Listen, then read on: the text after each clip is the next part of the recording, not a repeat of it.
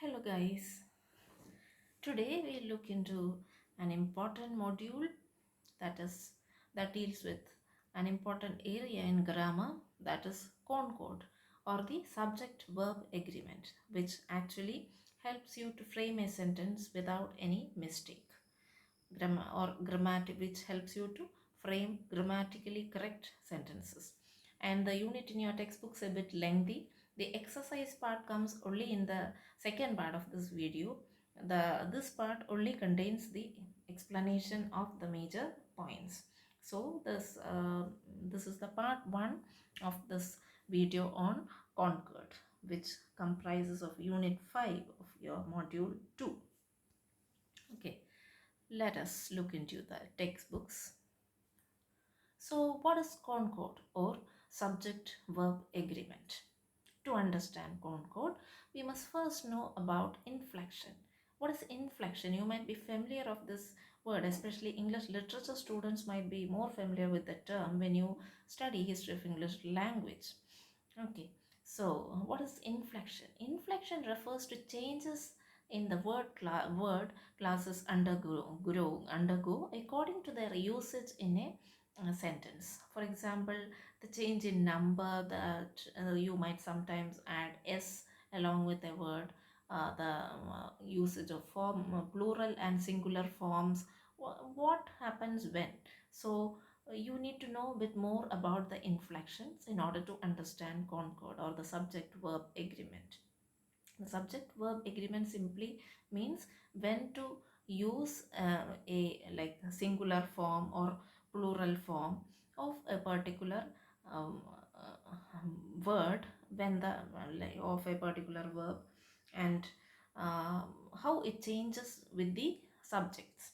Inflections may be in terms of formation of plurals of nouns, comparison of adjectives, and so on. The inflectional system in the English language is simple and comparatively free from significant changes in word forms, unlike many other languages. Yeah, it is a bit easy to understand the connection between the numbers and the subject, okay, or the noun pronoun or the form class words. And yet it is important that the form of the verb used is in accordance with the subject of the sentence. In other words, verb usage in the English language depends on two factors pertaining to the subject: the number, that is whether the subject is singular or plural, and the person, whether the noun is in first, second, or third person. Thus, concord refers to the agreement or relationship between two grammatical units, subject and verb.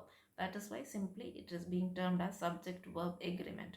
This agreement is indicated by inflections, the addition of s or es or whatever that is applicable. Okay, so this concord or the subject verb agreement depends upon the number, or whether it is singular or plural subject is being used, or and the person, the first, second, or third person in which the subject stands for. The usage of verb depends upon this. So concord refers to the agreement or relationship between two grammatical units, subject and verb. This agreement is indicated by inflections. Now let us look into the types of concord. There are three types of subject verb agreement or concord. One is grammatical concord, one is notional concord, and the concord of proximity. So these are the three types of concords: grammatical concord, notional concord, and the concord of proximity. First of all, we look into what grammatical concord is. It is the strict adherence to the rules of the subject verb agreement. As the name indicates, grammatical concord is of two types: concord of person and concord of number. And concord of person is person, that the earlier thing we discussed about. Concord of person always follows the given rules. The first person, for example, the first person I, we, second person you, third person that is they, take plural form of verbs. So you can see the highlighted verbs that are being used along with the first person. When I comes as a first person, we use do. For we also, we make use of the verb do. You and they also comprises of the same verb. Okay, I do not know the answer. The verb form is do. Then we do not know the answer. You do not know the answer. They do not know the answer. Plural form of verb. Do is the plural form of verb. When I, along with I, we, you and they, that are considered as first, second and third person, we use plural form of verbs. Plural form, the do is the plural form of verb here. Now, the third person singular, that is he, she, it, takes singular verb forms. Singular verb forms are being indicated by the addition of this s or es. Okay, so that is was, writes, teaches, tries, etc. Okay, so the third, along with third person, we use singular form of verbs, and the singular form of verbs are being indicated by the addition of inflections like s, es, etc. Okay, he writes blogs, she writes poems, it writes well even on rough surfaces, like that. When and let us look into when the verb be is used. There are always exemptions. That's why we are looking into that exemption of the usage of verb be too. The first person singular I is followed by am, was, were in conditional clauses, and the first person plural we is followed by are and or were. Okay, first person singular I is followed by am, was, were. I am, I was, I were, and the we is followed by are and were. We are, we were, etc. The second person you is followed by are or were. The singular, third person singular, that is he, she, it, is followed by is, was, and the third person plural they is followed by were. He is, she was, it is or it was, they were, like that.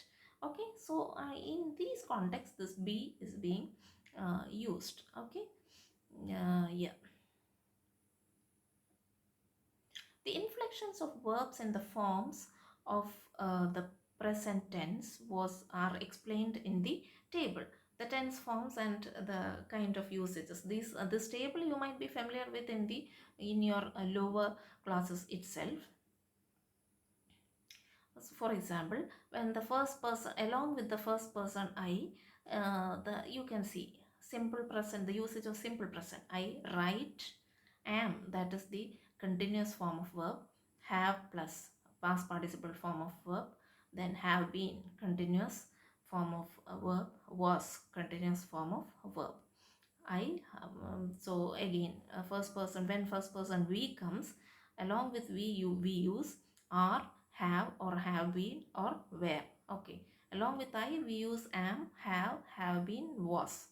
Along with we use a simple present form of the verb, that is write, are, have been, were. Have or have been, were.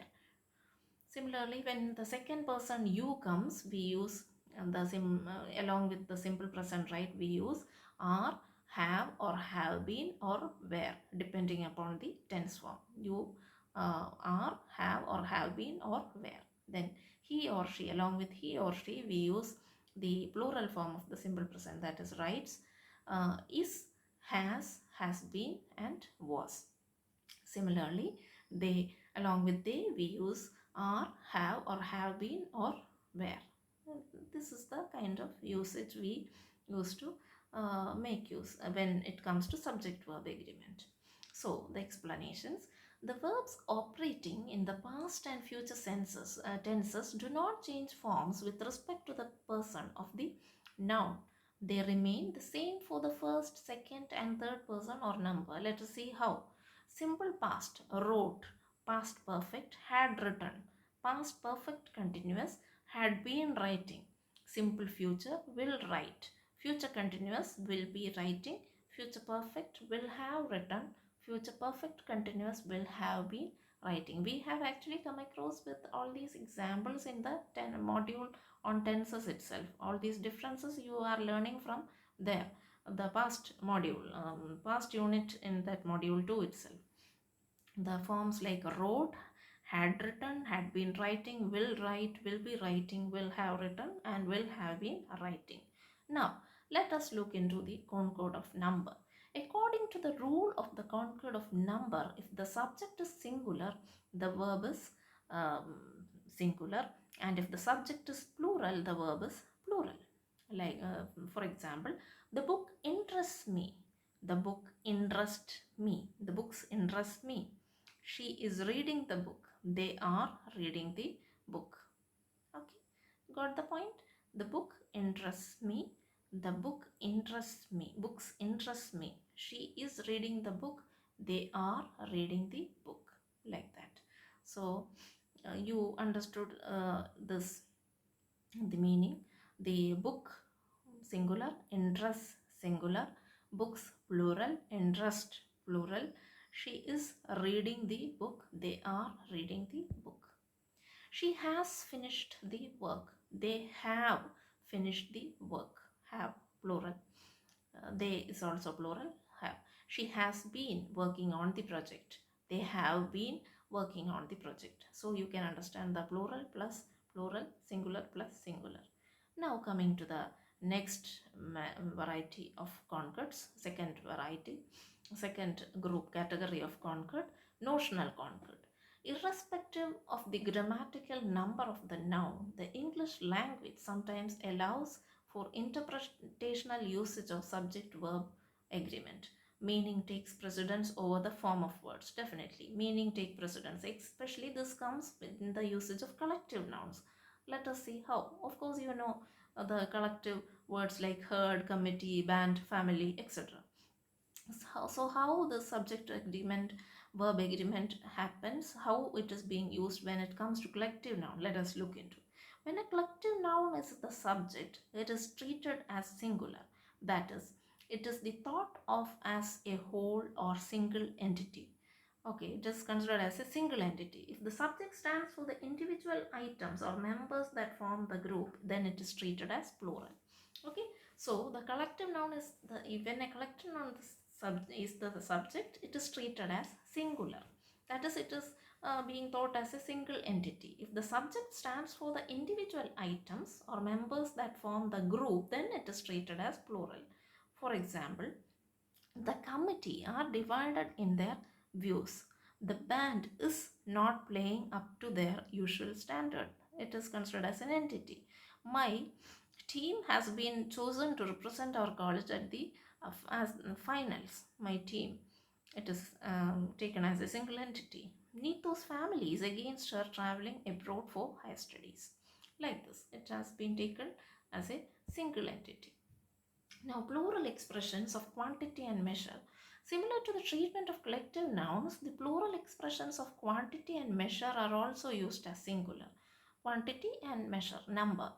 So, let us see how these numbers are being used. The first few years in France was not easy for me as I couldn't speak their language. So, now you can see that the first few years is taken together as a singular form. And so, the verb is also singular. The first few years in France was not easy for me as I couldn't speak their language. 20 miles is not a short distance. 20 miles is taken together as an entity. It's considered as singular. 20 miles is not a short distance. So the plural expressions of collective nouns, especially when it comes to numbers, you would have understood here. The two examples are there. The first few years in France, then 20 miles. Everything taken together as a singular entity. Now coming to fraction and percentage, how is it like? It is being taken as plural form. Let us see how. If a singular noun comes after the fraction and percentage, it takes a singular verb, and if a plural noun comes after it, takes a plural verb. 3/4 of the hostel has been occupied and 3/4 of the guests have checked out. Okay, so the here the difference is with the hostel. It is a singular thing, so it is followed by a singular verb. Then guest is a plural form, so it is being followed by the plural verb, that is have. 3/4 of the hostel has been occupied and 3/4 of the guests have checked out. Oh, I hope you got the point. If a singular noun comes after it, it takes a singular verb, and if a plural noun comes after it, it takes a plural verb. Now coming to the occasions where plural nouns are treated as singular. The nouns like politic, that this also you are quite familiar with the usage. Even though you don't know the rule, you are quite familiar with the usage of this common terms, plural nouns which are being treated as singular. The words like politics, civics, economics, measles are usually treated as singular. We even thought of these words are as singulars and take singular verbs. Okay, the words like politics, civics, economics, measles are taken as singular nouns. For example, politics that verb is singular, has never been my favorite topic for conversation. Measles is no longer a fatal disease. Measles is a singular verb. Okay. Now, come here. So I hope that is clear. Now let us look into the concord of proximity. This refers to the principle of selecting a verb form that proximity, of course, it is kind of probable usages. This refers to the principle of selecting a verb form that agrees with the noun that is nearer to the verb. It is like probability, like nearer to the verb rather than more distant singular noun in the sentence. So verb form agrees with the noun that is nearer to the verb.